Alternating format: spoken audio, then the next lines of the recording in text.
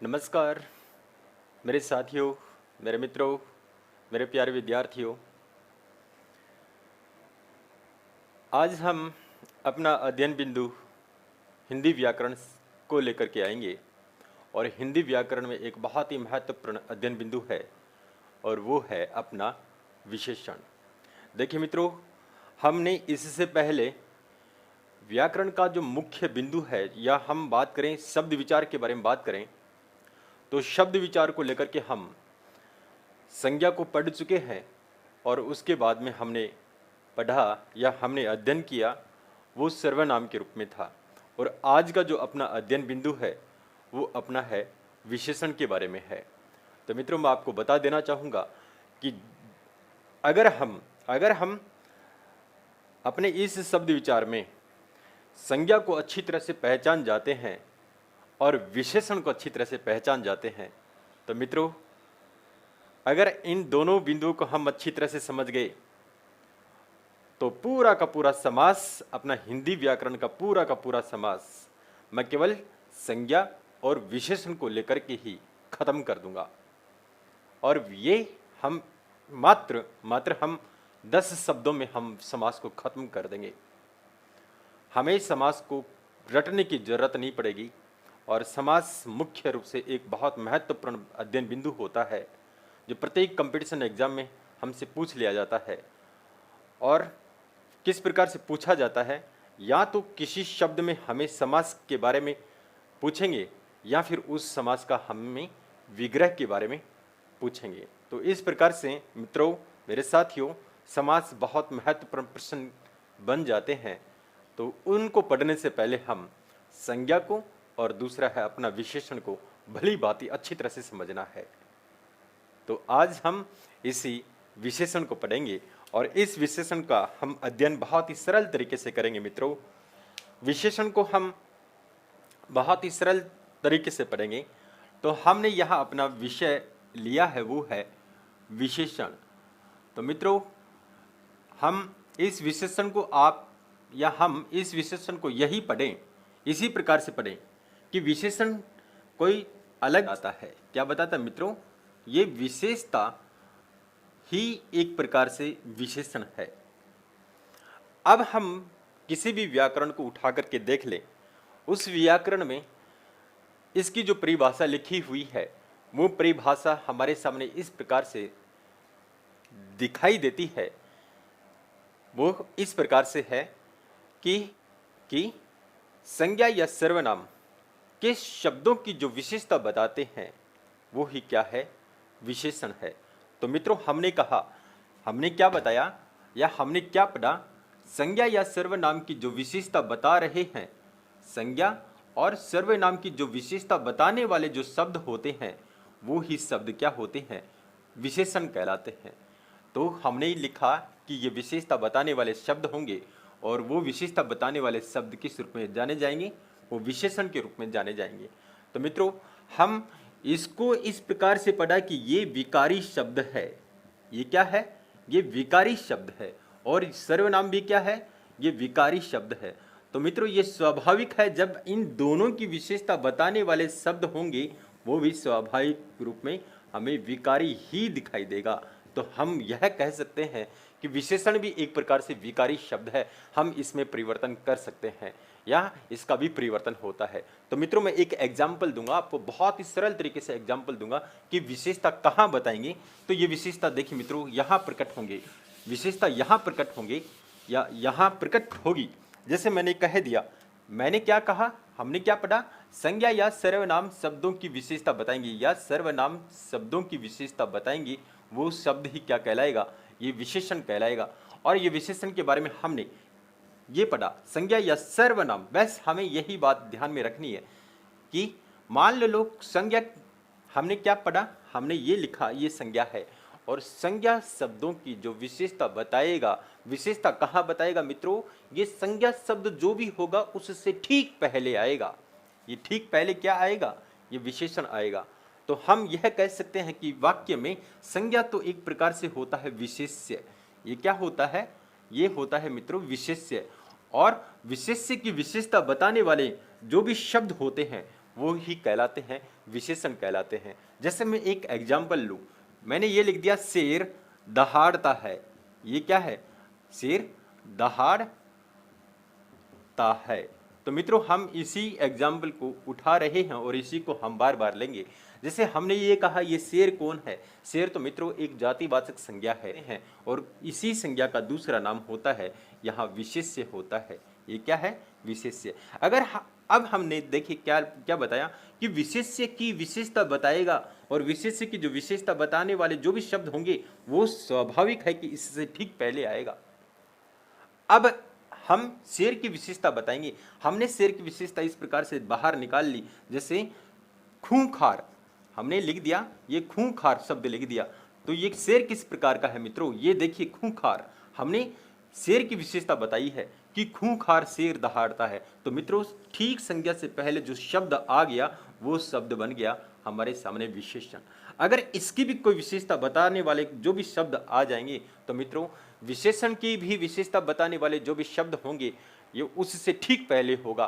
तो समझ लेना कि वो विशेषण की विशेषता बताने वाले शब्द होंगे वो कहलाएंगे प्रविशेषण कहलाएंगे। क्या कहलाएंगे मित्रों? वो कहलाएंगे प्रविशेषण। और अब हम इस खूंखार की भी विशेषता बताएंगे। अब हमने लिख दिया बहुत खूंखार शेर दहाड़ रहा है। अब मित्रों एक वाक्य बन गया और इस वाक्य में देखिएगा हमें क्या दिखाई दे रहा है? हमें दिखाई दे रहा है एक संज्ञा है और संज्ञा से ठीक पहले दो शब्द आए हैं और ठीक पहले जो संज्ञा से ठीक पहले वाला शब्द होगा वो तो होगा क्या मित्रों? वो तो होगा विशेषण। और उसके ठीक पहले जो शब्द होगा वो होगा प्रविशेषण। प्रविशेषण का मतलब संज्ञा की नहीं, प्रविशेषण का मतलब विशेषण की भी विशेषता बताने वाले शब्द प्रविशेषण। ये रहा बहुत खूंखार शेर की विशेषता बता रहा है, ये क्या बन गया? ये बन गया विशेषण। और ये क्या बन गया? ये संज्ञा है। इसी संज्ञा का दूसरा नाम है विशेष्य। तो इस प्रकार से हम शब्दों को पढ़ेंगे। तो ये विशेषता किस प्रकार की बताएंगे मित्रों? वो विशेषता हमें चार प्रकार की हमें दिखाई देंगी। किस प्रकार की? चार प्रकार की विशेषता दिखाई देंगी और इस प्रकार की विशेषता के आधार पर ही हम विशेषण के चार भेद स्वीकार करते हैं। विशेषण के चार भेद होते हैं। एक तो है मित्रों ये हो गया गुणवाचक विशेषण, गुणवाचक विशेषण। दूसरा हो गया परिमाणवाचक, परिमाणवाचक विशेषण। और अगला हो गया संख्यावाचक विशेषण, संख्यावाचक विशेषण। और ये हो गया अगला हो गया सार्वनामिक विशेषण। संख्यावाचक विशेषण और अगला हो गया सार्वनामिक विशेषण। तो मित्रों हमें विशेषण हमें केवल इन्हीं का अध्ययन करना है कि विशेषण के चार भेद होते हैं जो हमारे सामने इस प्रकार से बाहर निकल करके आते हैं। तो इनका मतलब ये है कि मित्रों अगर गुणवाचक विशेषण की हमें छटनी करनी है तो गुणवाचक विशेषण का मतलब ये कि उसकी गुण बताएगा, उसकी क्या गुण दोष हैं। ये क्या बता रहा है? संज्ञा शब्द के या सर्वनाम शब्द के इनके गुणों की बात की जाएगी, गुण या दोष की बात की जाएगी। उसमें क्या गुण है या किस प्रकार के दोष हैं वो इसमें दिखाई देंगे। तो अगर हमें इसकी छटनी करनी है तो मित्रों हमें इसकी छटनी करनी, हमें यह पहचान करनी है, हमें यह पहचान करनी है कि विशेषण ये किस प्रकार का है, ये कौन से विशेषण का एक रूप है। हमें कई बार कंपटीशन एग्जाम में ये प्रश्न पूछ लिया जाता है कि गुणवाचक विशेषण की विशेषता नहीं है, या हमसे यह पूछ लिया जाता है कि एक वाक्य दे दिया जाता है और उस वाक्य में हमसे पूछते हैं कि ये विशेषण का कौन सा प्रकार है, कौन सा भेद का उदाहरण है। तो मित्रों इसकी छटनी करने के लिए हमारे पास केवल एक ही शब्द है, बहुत ही सिंपल तरीके से है। वो हम इस प्रकार से करेंगे मित्रों, अगर संज्ञा शब्द के साथ हम एक प्रश्न करते हैं, एक ही प्रश्न करेंगे और उस प्रश्न का हमें जवाब मिल जाता है तो समझ लेना कि वो गुणवाचक विशेषण ही होगा। तो मित्रों हम गुणवाचक विशेषण की छटनी करने के लिए हमें संज्ञा के साथ कैसा, कैसा या कैसी इस प्रकार का प्रश्न कर लेंगे और उस प्रश्न का हमें जवाब मिल जाता है तो समझ लेना कि वो गुणवाचक विशेषण बन जाता है। अब देखिएगा, अब मैं एक एग्जाम्पल लेके आता हूँ। एक एग्जाम्पल आप लोगों के सामने यही ले लिया। अब मित्रों आता है ये परिमाणवाचक विशेषण। परिमाण का मतलब होता है मित्रों यहाँ नाप तोल होता है। ये क्या होता है? नाप तोल। और कई मित्र या कई मेरे बहुत सारे विद्यार्थीगण या मेरे बहुत सारे विद्यार्थीगण यह समझ बैठते हैं कि ये परिमाण न होकर के ये परिणाम होता है। तो मित्रों ये परिणाम नहीं होता, ये परिमाण होता है। और परिमाण का अर्थ होता है यहाँ हमारे सामने है वो नापतोल के रूप में है। तो देखिए मित्रों ये परिमाण या नापतोल हमारे सामने दो प्रकार से आ सकते हैं और दो प्रकार के होने के कारण इसे दो भागों में डिवाइड कर दिया जाता है। एक तो होता है निश्चय या निश्चित परिमाण। निश्चित परिमाण का मतलब होता है उसमें जो नापतोल की जो मात्रा होती है वो निश्चित दी गई होती है और ये हमेशा संख्या के रूप में दी जाएगी। और दूसरा होता है वो अनिश्चित होता है। इसमें हमें अंदाजा नहीं होता कि वो उसकी मात्रा कितनी है। बस इसी मात्रा के आधार पर इसी परिमाण को दो भागों में बांटते हैं। एक तो है निश्चित, जैसे मैंने ये कह दिया मैंने 250 ग्राम बादाम खरीदे। क्या? बादाम खरीदे।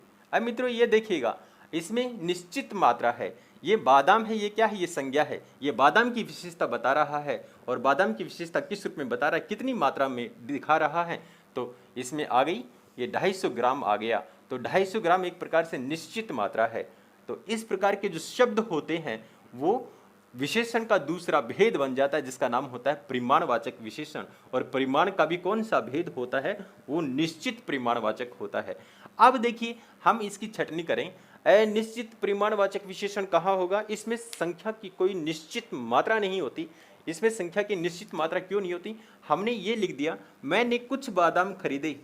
मैंने कुछ बादाम खरीदे। अब देखिए मित्रों इसमें संख्या की निश्चितता का बोध नहीं होता। इसमें इसकी निश्चित मात्रा नहीं है, कितने हैं?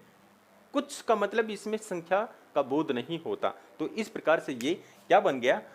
परिमाणवाचक विशेषण का दूसरा भेद बन गया, वो है अनिश्चित परिमाणवाचक विशेषण चित है।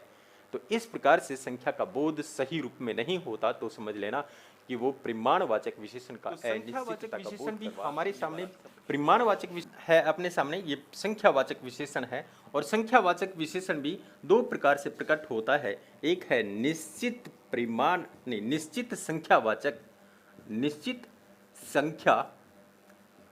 संख्यावाचक विशेषण और दूसरा है अनिश्चित संख्यावाचक विशेषण। अनिश्चित संख्यावाचक विशेषण। तो मित्रों इस प्रकार से परिमाणवाचक के दो भेद होते हैं, उसी प्रकार से संख्यावाचक विशेषण के भी दो भेद होते हैं।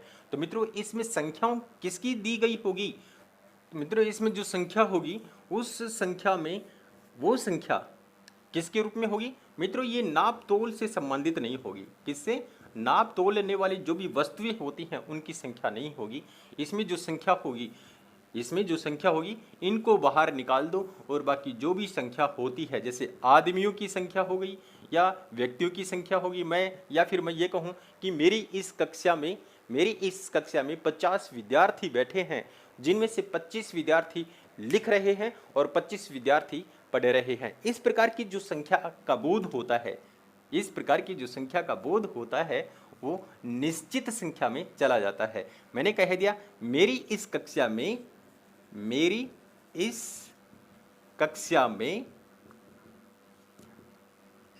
150 विद्यार्थी पढ़ रहे हैं। तो मित्रों ये क्या है? विद्यार्थी से ठीक पहले उसकी संख्या का बोध हो रहा है। तो 150 ये क्या है? निश्चित संख्या है। तो निश्चित संख्या होने के कारण हम संख्यावाचक विशेषण का उदाहरण इस प्रकार से दे सकते हैं। इसमें से अब मैं ये कहूँ इसमें 150 विद्यार्थी पढ़ रहे हैं जिसमें 125 विद्यार्थी लिख रहे हैं, कुछ और कुछ सुन रहे हैं। तो मित्रों ये कुछ क्या हो गया, ये कुछ में हमें संख्या का बोध नहीं करवा रहा, और संख्या का बोध नहीं करवाने के कारण हम ये कह सकते हैं कि संख्यावाचक विशेषण का ये दूसरा भेद बन जाता है, वो है अनिश्चित संख्यावाचक विशेषण। तो मित्रों हमें परिमाण का तो ध्यान ये रखना है कि परिमाण में एक प्रकार से नाप तोल जिसको हम नाप सकते हैं, जिसको हम तोल सकते हैं, नापने तोलने वाले, चाहे वो लीटर के रूप में हो या फिर ग्राम के रूप में हो या क्विंटल के रूप में हो या फिर टन के रूप में हो, किसी भी रूप में क्यों ना हो, अगर वो तोली जा सकती हैं तो उन वस्तुओं को तो हम शामिल करेंगे परिमाणवाचक विशेषण में, और बाकी जो गिनी जा सकती हैं उनको हम शामिल करेंगे। किस में शामिल करेंगे मित्रों? उसको हम शामिल करते हैं संख्यावाचक विशेषण में शामिल करते हैं। ये संख्यावाचक जिसको हम गिन सकते हैं, और परिमाणवाचक विशेषण का मतलब ये हो गया जिसको हम तोल सकते हैं, गिन नहीं सकते। तो इस प्रकार की संख्याओं का बोध होगा जो अगणनावाचक होंगी, और ये जो इसमें जो संज्ञाएं होंगी और उन संज्ञाओं की मात्रा बताई जाएगी वो गणनीय संज्ञा होगी। अब इस प्रकार से हम तीन विशेषण के भेद या विशेषण के तीन भेद हम पढ़ चुके हैं। अब अपना अगला आता है वो है सार्वनामिक विशेषण। तो देखिए ये मित्रों, इसको हम लेकर के अच्छी तरह से चर्चा करेंगे। इसका नाम ये है सार्वनामिक विशेषण। इस सार्वनामिक विशेषण का मित्रों मतलब यही है कि ये सर्वनाम से मिलकर बना हुआ है। ये क्या? ये सर्वनाम शब्द से मिलकर के बना हुआ है। ये सर्वनाम कौन से हैं मित्रों? ये मुख्य रूप से ये 5 सर्वनाम है। जैसे मैं ये कह दूं, यह, वह, ये, वे और वो, ये जो 5 सर्वनाम है, ये 5 सर्वनाम का जहां भी प्रयोग होगा तो मित्रों समझ लेना कि वो सार्वनामिक विशेषण ही कहलाएंगे। अब देखिए हमारे सामने सबसे बड़ी समस्या ये आती है, और कंपटीशन एग्जाम में हमसे यही प्रश्न पूछा जाता है कि ये किस प्रकार का वाक्य है, ये सार्वनामिक विशेषण के रूप में है या फिर सर्वनाम के रूप में है। तो मित्रों इस बात को हमें बहुत अच्छी तरह से ध्यान देना है कि सर्वनाम का मतलब ये होता है कि संज्ञा के शब्दों के स्थान पर आने वाले जो शब्द होते हैं वे तो होते हैं, क्या होते हैं? वे सर्वनाम होते हैं।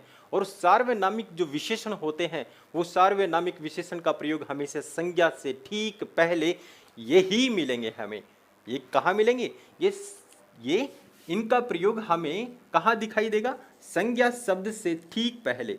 संज्ञा शब्द से ठीक पहले अगर इन सर्वनामों का प्रयोग हो जाता है तब मित्रों वो सर्वनाम नहीं होते, वे सर्वनाम की जगह क्या बन जाते हैं? वे सार्वनामिक विशेषण बन जाते हैं। ठीक पहले ये सर्वनाम आ जाते हैं तो समझ लेना कि यही सार्वनामिक विशेषण है। जैसे मैं एक एग्जाम्पल दूं, सार्वनामिक विशेषण, जैसे मैं एक एग्जाम्पल दूं, यह मैं आपको 2 एग्जाम्पल लेकर के यहाँ समझाने का प्रयास करूंगा। मैंने एक एग्जाम्पल तो ये ले लिया, यह पुस्तक मेरी है, यह पुस्तक मेरी है, और दूसरा ही मैंने ये लिख दिया, यह मेरी पुस्तक है। तो देखिए मित्रों इसमें भी 4 शब्द हैं, ऊपर वाले में भी 4 शब्द हैं, लेकिन फर्क क्या है? इसमें फर्क मित्रों ये है कि संज्ञा से ठीक पहले वाले में तो यह आ रहा है कि संज्ञा से ठीक पहले इनमें से कोई एक सर्वनाम का प्रयोग हो रहा है, और दूसरे वाक्य में क्या हो रहा है? सर्वनाम सर्वनाम सर्वनाम। देखिए सर्वनाम से ठीक पहले ये प्रयोग हो रहा है। तो मित्रों इस प्रकार का हमें ध्यान देना है। अब हमने क्या बताया कि अगर हमें सार्वनामिक विशेषण की छटनी करनी है तो कैसे करेंगे? तो मित्रों सार्वनामिक विशेषण की छटनी करने के लिए हमने कहा कि संज्ञा से ठीक पहले इन सर्वनामों का प्रयोग होगा, और ठीक पहले मित्रों ये आ रहा। तो इसका मतलब ये है, इसका मतलब तो ये है कि ये सार्वनामिक विशेषण का उदाहरण है। ये क्या है? सार्वनामिक विशेषण का उदाहरण है। और ये क्या है? ये मित्रों ये सर्वनाम है। तो इस प्रकार से हम इनकी छटनी कर सकते हैं, या हम इस प्रकार के एग्जाम्पल लेकर के सार्वनामिक विशेषण को हम समझ सकते हैं। अब मित्रों हमारे सर्वनाम यही खत्म होते हैं, इसके भेद होते हैं ये यही खत्म होते हैं। अब बात आती है अवस्था कितनी होती है। मित्रों अवस्थाओं के बारे में हमसे कई बार कंपटीशन एग्जाम में पूछ लिया जाता है, तो हम इसकी चर्चा करेंगे। विशेषण की अवस्थाएं, हम बात कर रहे हैं यहाँ विशेषण की अवस्थाएं। तो मित्रों अवस्थाएं कितनी प्रकार की होती हैं विशेषण की? यहाँ अवस्था मुख्य रूप से 3 प्रकार की होती हैं। वो 3 प्रकार की कौन कौन सी होती है? एक तो होती है मित्रों ये मूल अवस्था होती है। ये क्या होती है? मूल अवस्था। मूल अवस्था का मतलब ये है कि जैसी है वैसी ही रहेगी, उसमें जो विशेषता बताई जाएगी उस विशेषताओं का किसी दूसरे के साथ हम आकलन नहीं कर पाएंगे। दूसरी होती है मध्यम अवस्था। मध्यम अवस्था और इसी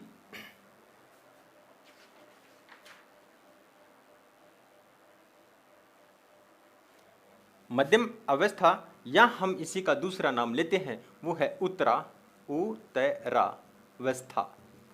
उत्तरावस्था का मतलब ये है या मध्यम अवस्था का मतलब ये है मित्रों कि इसमें तो क्या हो गया, इसके साथ किसी संज्ञा की तुलना नहीं की जाती और इसमें हम तुलना संज्ञा के शब्द के साथ किसी दूसरी संज्ञा के साथ हम तुलना करते हैं, किसी दूसरी के साथ हम तुलना करते हैं और इसका मतलब ये है। और तीसरा भेद आ गया वो है उत्तमावस्था। उत्तमावस्था इसका मतलब ये है कि उत्तमावस्था में सबसे इस संपूर्ण विश्व को लेकर के हम या बहुत सारे वर्ग को लेकर के या बहुत बड़े संगठन को लेकर के उस संगठन के साथ हम किसी व्यक्ति विशेष की विशेषता का तुलना करते हैं या विशेषता की तुलना करते हैं और उसको हम सर्वोपरि मानते हैं, तो वो अवस्था आ जाती है उत्तम अवस्था में। जैसे मैं एक एग्जाम्पल लेकर के बात करूंगा। यहाँ मैंने लिख दिया, यहाँ मैंने एग्जाम्पल लिख दिया। जैसे मैंने वो ही एग्जाम्पल लिख दिया, एग्जाम्पल ले लिया ऐश्वर्या राय सुंदर अभिनेत्री है। अब देखिए हमने इसकी सुंदरता की बात करी है, किसकी? अभिनेत्री की चर्चा की है और वो अभिनेत्री कैसी है? वो सुंदर है। तो मित्रों इस प्रकार की तुलना हम किसी के साथ नहीं कर रहे। अब हम इसी एग्जाम्पल अभी हम विशेषण की दूसरी अवस्था की तरफ आएंगे जिसका नाम है उत्तरावस्था। उत्तरावस्था का मतलब यह है कि हम किसी दूसरी अभिनेत्री के साथ इस ऐश्वर्या राय की सुंदरता की चर्चा करेंगे या उसके साथ हम तुलना करेंगे। अब मैंने यहाँ लिख दिया जैसे ऐश्वर्या राय किसी कौन सी अभिनेत्री के साथ हम तुलना करें? हमने लिख दिया प्रियंका चोपड़ा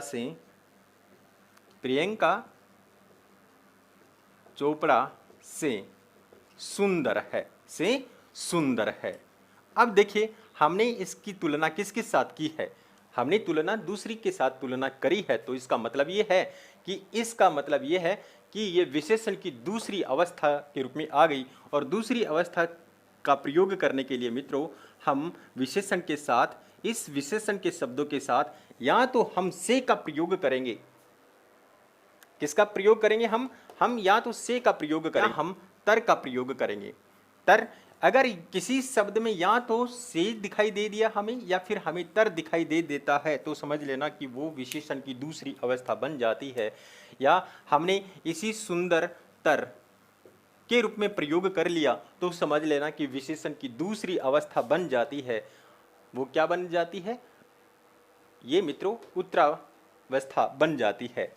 अब हम बात करें इस उत्तम अवस्था की विशेषता की बात करें या उत्तम अवस्था की बात करते हैं तो इसका मतलब ये है कि इसमें सबसे का प्रयोग किया जाता है। सबसे का या तम का प्रयोग किया जाता है। किसके साथ? विशेषण के शब्दों के साथ हम इन दोनों में से किसी एक का इस्तेमाल करेंगे। जैसे मैंने ये लिख दिया सुंदरतम या सुंदर, सबसे सुंदर। अगर इस प्रकार के विशेषण के शब्दों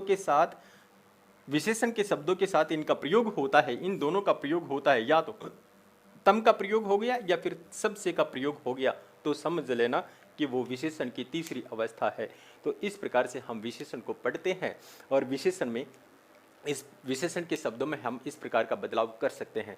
तो मित्रों अब ये विशेषण जो होते हैं किस प्रकार से बनाई जाते हैं, यह बात हमें बहुत महत्वपूर्ण दिखाई देती है। तो मित्रों आप प्रत्येक संज्ञा के शब्दों में, प्रत्येक सर्वनाम के शब्दों में, प्रत्येक क्रिया के शब्दों में, प्रत्येक अवयव के शब्दों में आप प्रत्यय जोड़ देना। आप क्या जोड़ेंगे? उस शब्द के साथ आप प्रत्यय जोड़ दो और प्रत्यय जुड़ जाते हैं और वो एक शाब्दिक अर्थ के रूप में प्रकट होता है, तो समझ लेना कि आपका वो विशेषण बन करके तैयार हो जाता है। तो इस प्रकार से हम विशेषण को बहुत अच्छी तरह से पढ़ते हैं। तो इसी के साथ हम अपने इस विशेषण के अध्ययन बिंदु को यहीं खत्म करते हैं। धन्यवाद, शुक्रिया।